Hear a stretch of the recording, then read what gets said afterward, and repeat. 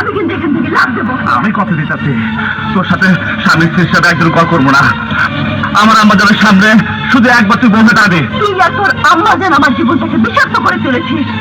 তোদের মতো সন্ত্রাসীদের জন্য দেশের বহু মেয়ে আমার মতো যন্ত্রণায় ভুগছে। আমি একটা ছেলেকে ভালোবাসি, তার সাথে আমার বিয়ে হচ্ছিল। সেই বিয়ের আসর থেকে তুই আমাকে ধাওয়া করে এখানে নিয়ে এসেছিস বিয়ে করার জন্য। তুই একবার ভেবে দেখতো, তুই কি মানুষ? তুই একটা কুকুর। আজ তুই আমার যা খুশি তা বলে গালিতে আমি মানে নেব।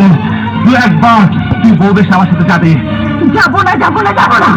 তুই আমার লাশ নিয়ে যেতে পারবি। তুই যদি এই মুহূর্তে এখান থেকে চলে না যাস, তাহলে আমি এক্ষুনি এখান থেকে লাভ দেবো।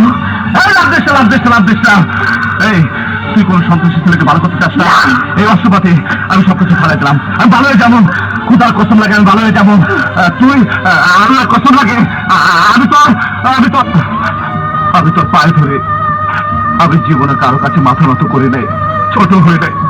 তোর কাছে মাথা নত করতেছি, তুই যা করবি আমি তাই করবো।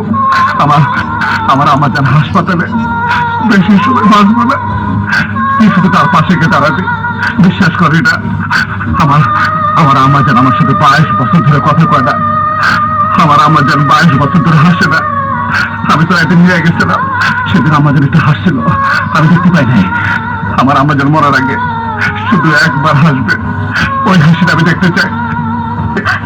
আমার আম্মাজান বাঁচবো না রে না, আমার আম্মাজান বাঁচবো না রে না। তুই আমার সাথে চল রে না, তুই চলে না।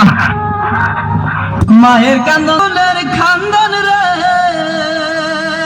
ওরে ঘরের পুরি বাইরের কান্দন কয়েকদিন পর থাকে না। দুঃখের দরদি আমার জনম দুঃখী মা।